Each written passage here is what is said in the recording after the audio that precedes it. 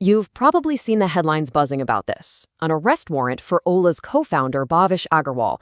But this is so much more than just a headline. It's a huge potential turning point for corporate governance in the startup world.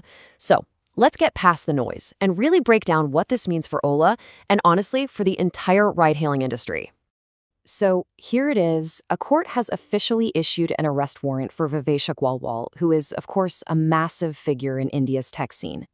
Now, this isn't just some legal notice getting passed around. This is an event that is sending absolute shockwaves through the entire startup ecosystem. And to really get why, we need to unpack what's actually happening behind the scenes here. Okay, so what are the actual facts behind this warrant? Let's break it all down. But wait, before we go any further, there is a super critical legal distinction we have to make. This is all about an allegation right now, not a conviction. As you can see, a warrant basically means the legal process is just getting started based on an allegation.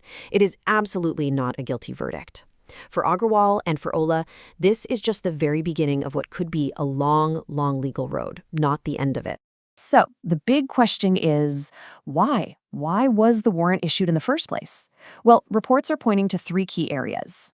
First up, we've got alleged non-compliance. We're talking about disputed regulatory notices. It's that classic standoff where authorities are claiming rules weren't followed. This is a friction point we see all the time in the tech world, right? It's where that move fast and break things startup culture just smacks right into the wall of established regulatory frameworks. Second, there are questions about the money.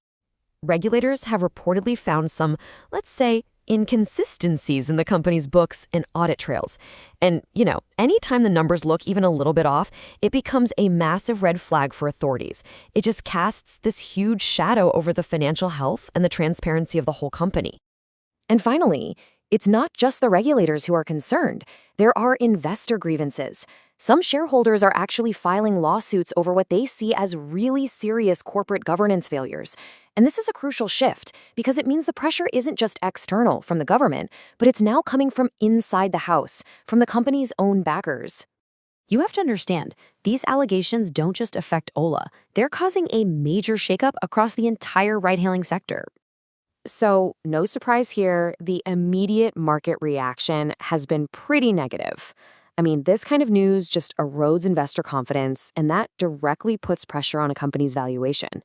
It's a really clear signal that the market is watching and is definitely worried about the potential fallout. And this goes way beyond just Ola. Investors are now looking at governance risk across the entire sector with a magnifying glass.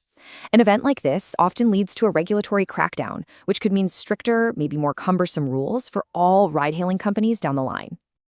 Okay, so what happens next? Here are the key things that you're going to want to watch.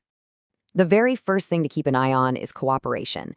If Agarwal works with the authorities, we may not see a dramatic execution of the warrant. Beyond that, all eyes are going to be on the court hearings and, of course, the official statements from both Ola and the regulators. That's where the next chapter of this whole story is really going to be written. When you strip it all away, this entire situation really comes down to one thing: governance. This case is rapidly becoming a major test for the entire startup world and its famous move fast and break things culture. So the key takeaway here is this: the warrant itself is just the beginning.